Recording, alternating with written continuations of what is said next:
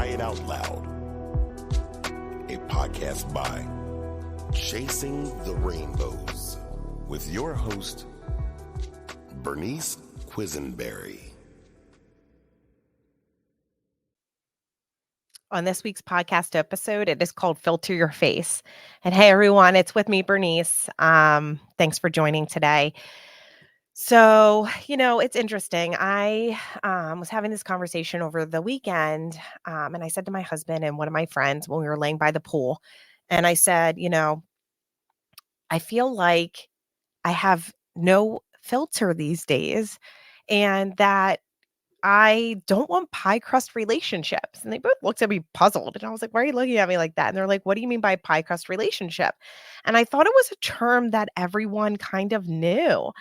And I said, well, I don't want a friendship that is easily made and easily broken today.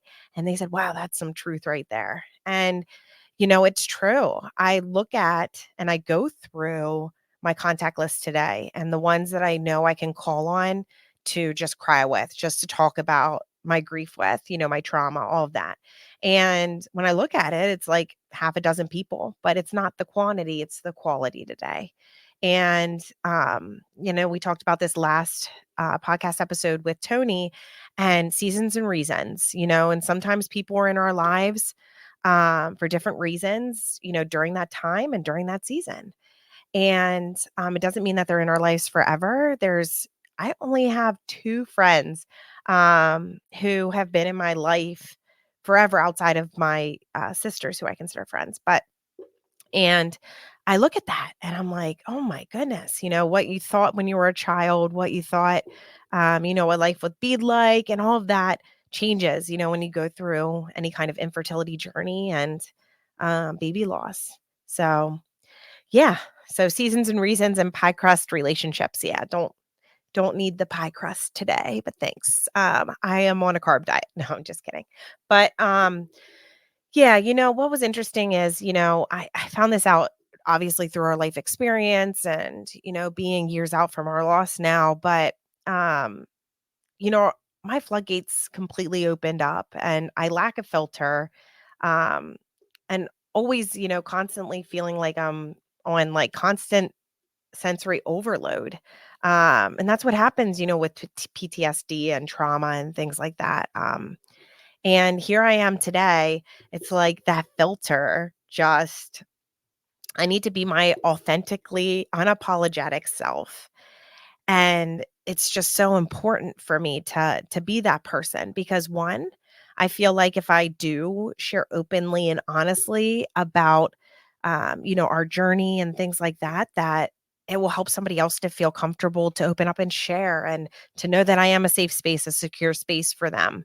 That Chasing the Rainbows is a safe and secure space where they can come and, be with other survivors. And also, really that you don't have to walk this isolating and lonely journey by yourself, that there are people who understand, not that we all walk the same journey, not that we've all had the same experiences, because that's not it. And we all are different with how, we are processing our losses and things. But be in a room of people who understand and can empathize with you and completely get where you're at and just seeing you for you and validating your feelings, it really does mean a lot in a society that wants to stuff grief and trauma under the rug or hide it in the dark because it's ugly and no one wants to see it. No one wants to hear about a baby dying. No one wants to see the pain on our faces when we are sharing about our raw world journeys. And they say those insensitive comments to try to take the pain away from us. But guess what? Can't. Pain's there. And some days it's heavier than others, but it's still there. And I found in my journey that it's almost like I'm growing larger than my grief. I'm becoming this bigger person. And I'm using what we've gone through and the pain and the heartache and putting it out there to help others. And by doing that, it does cut my pain in half and it keeps cutting it, you know? But also too, I'm also finally able to process it all out loud with groups of people who get it, complete strangers, meeting along this journey and way who have experienced loss as well, and that I can talk to and be real with. And that's what's really important. The reactions I have today when I hear people's stories, I get to cry with them. I get to laugh with them. I get to hear all about them and their babies or, their infertility journey and just be there. I can sit in silence today with someone, and that is interesting. That is something that I never thought I'd be able to do. Because, like, some of you out there that know me and, have met me or heard me in group or whatever, share.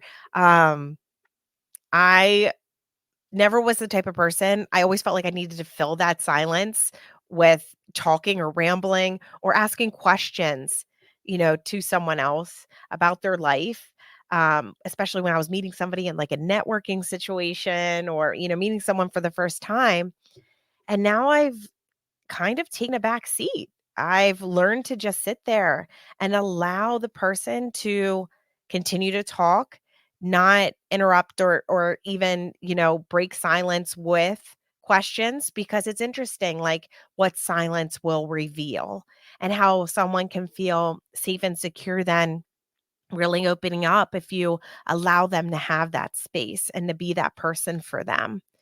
And I felt like there wasn't enough of that when we lost our daughter.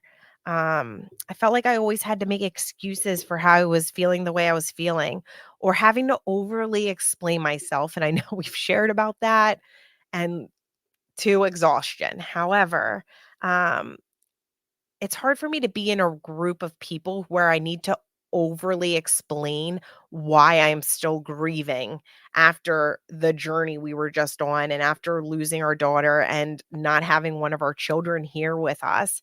Um, and it's like, they're not my people. They're not my people that I need to go out of my way to explain anything to. And if I have to, then that's okay. I can just, love them from afar and wish them well, kind of thing. But it also means that they've never had to walk this journey and find out what significant grief and loss is. And, for that, I am grateful because we never want somebody else to have to join our community of loss here. Because that means, you know, went through the ultimate heartache as a parent, the greatest loss of our lives. And it's at any stage and age.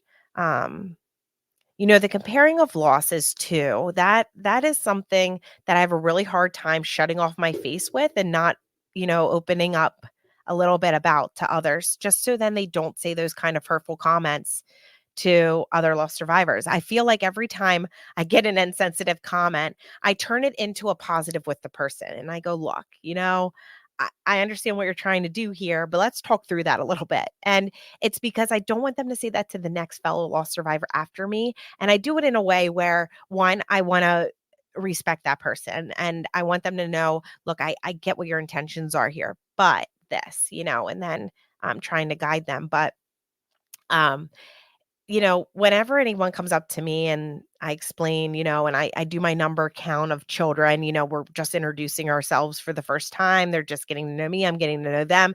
And of course, that inevitable question of how many children do you have comes up. And I always, for me, I do answer and include Brooke in that number.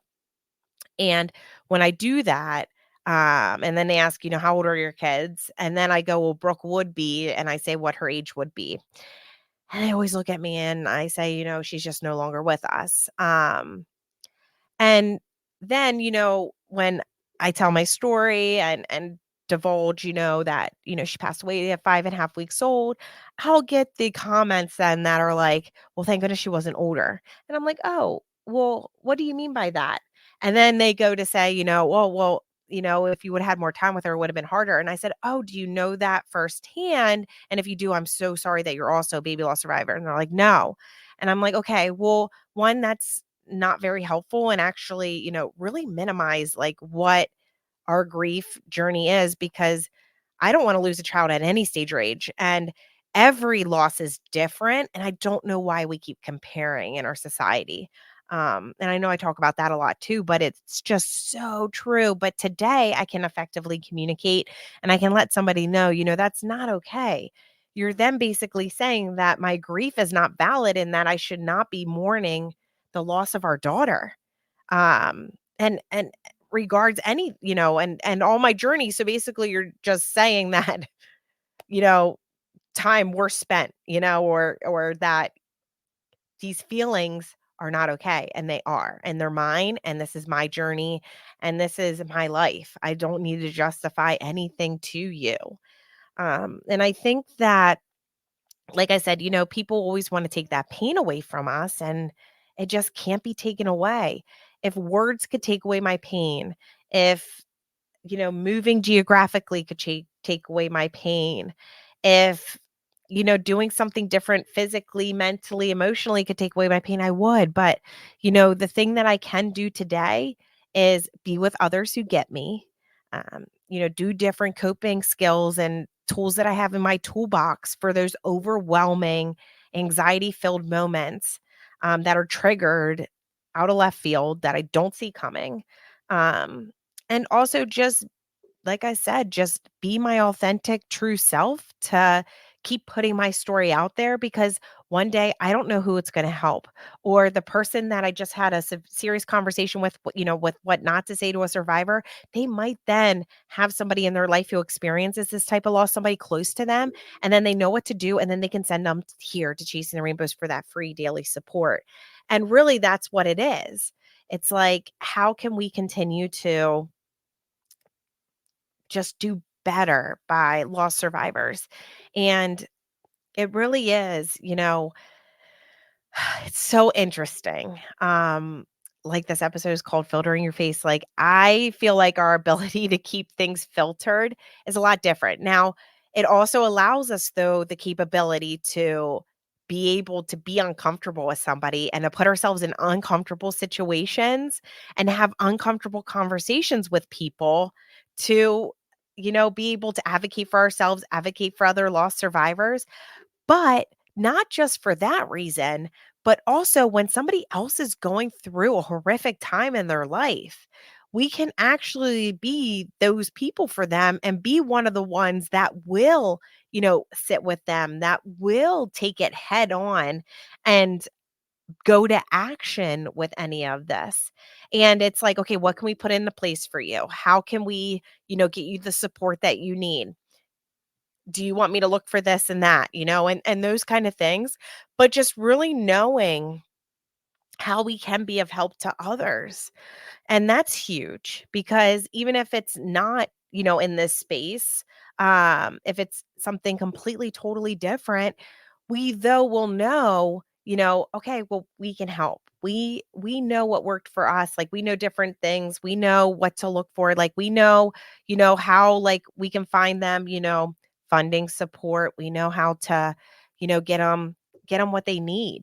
Um and I think that it's hard when we're all going through something in life and, during my griefiest of days, not knowing what to ask for and just having people just step in and step up is huge for me.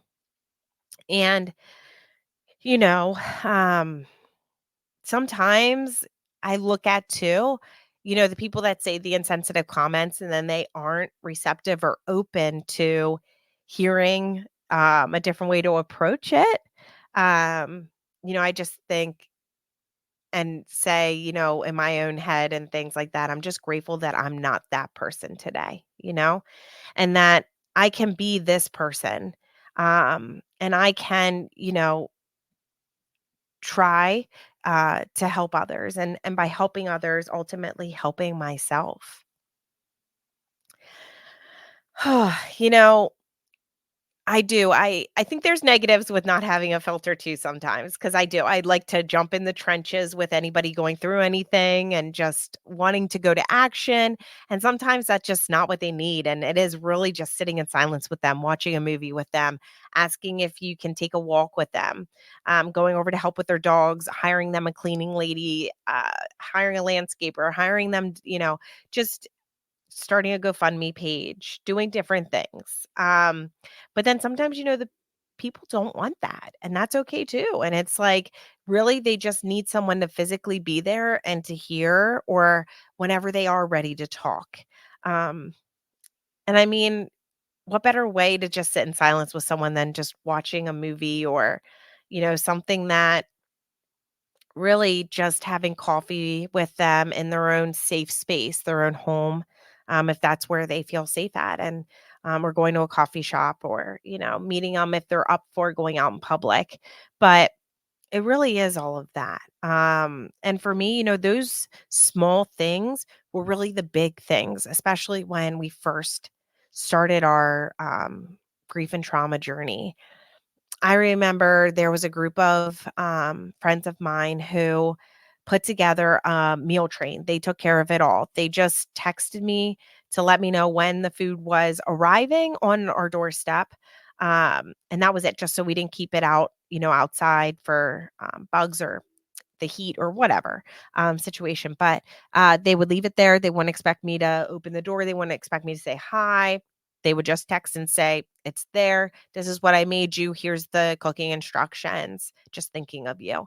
And that was huge for us. I know people say that sometimes they get overloaded with food and casseroles, but I'm saying that this was like a month or two out from our loss when things started to settle down.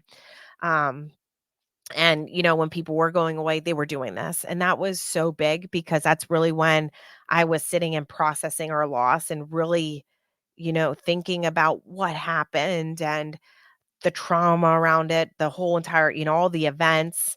Um, could this have been preventable? Just thinking about all the things that I wasn't able to do because I was trying to plan the funeral for Brooke and all of her arrangements. What does that look like? Something that, a parent never should have to do. And here we are doing it.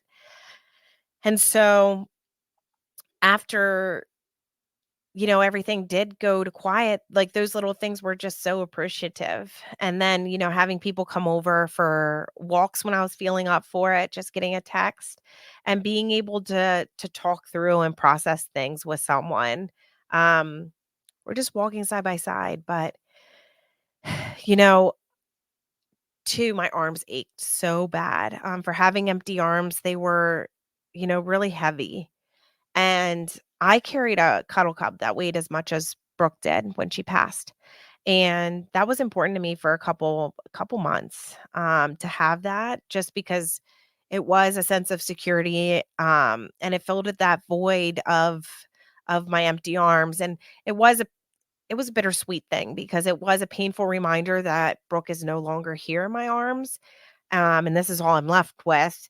But then it also did, give me some comfort to hold on to something that weighed almost like a weighted blanket, and gave me like, like, I felt like I could breathe a little bit, and gave me the strength to continue to move, if that makes any sense. And I don't know why, but it did. And we'll talk about that in a future podcast episode with Tony. But yeah, I look at that, and, during that time, I could only be raw and real with people. I had no ability to not be, um, and something that, I've had to work on over the years, because of the no filter almost. And, also being open and honest. I sometimes feel like I trauma dump and grief dump on people, complete strangers, um, because how don't I talk about our infertility and loss journey, and those kind of things. So, bringing it up and talking through it. But I also really needed to work on, everybody has their different levels of what they can handle. And some have, you know, bigger areas that they can handle, and others are smaller. And I had to remember that, um, even if, someone isn't experiencing a significant death, and that wasn't, their final, and that's not what they were going through. They were going through something else that I viewed as less significant than the pain that I was feeling. Um, that I needed to really train myself, to know that, that everybody is so different with how they handle things. And that could be somebody, whatever they're going through, like if it was a car accident, even if it was like a minor fender bender in my eyes or whatever the case is, and everybody walked away and cars can be replaced or, constructed, all those things, it's, repaired. I I had to remember that that could be somebody's worst day. And, I'm glad that they've not experienced something as, horrific as, we did. Um, and everybody's so different with their journey on life and what they've experienced and what they haven't, and just remembering that. And all I can be, is just, like I said, growing and working on myself to be, a person where somebody can come and talk to about those kind of things, because in the end, everybody needs to process and feel, a sense of safety and security when they are going through something horrible. And if I could just be a kind lending ear for them during that moment, then that makes sense. And, in my past career, I was getting a lot of claims. We had a claims division in our brokerage national firm. And so, I would hear about clients' claims and things like that. And, you know, sometimes that could be somebody's worst day, like a pipe burst or, different things within their business and stuff like that. And realizing that, somebody doesn't have to go through what we did to um to feel that kind of pain or to feel something else. And I'm not comparing, it's just, everybody's bottoms are so different, or everybody's experiences are so different in life. And it's just meeting them where they're at, really. And understanding that's not the audience that I need to be talking about my baby loss with, because they probably won't get it, if that makes sense. But yeah, I also think, from us not having filters, us being our authentic, true selves, it really does lay the boundaries for people on how to support us and what we're willing to accept and what we're not willing to accept. And that was pretty big too.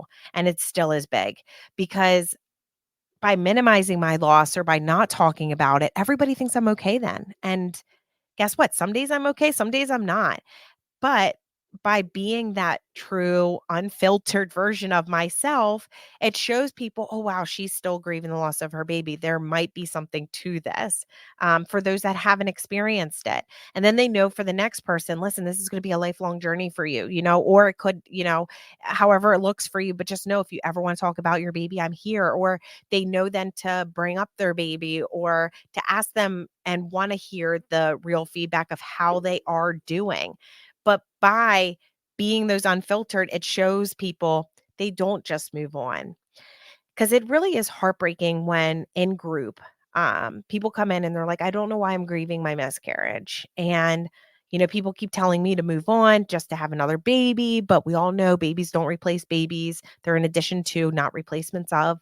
But also, that they're being told these things by society because other, loss survivors who have had miscarriages years and years, 10s, 20s, 30s years ago, were told just to move on. And that's kind of what they did in society and kept it quiet.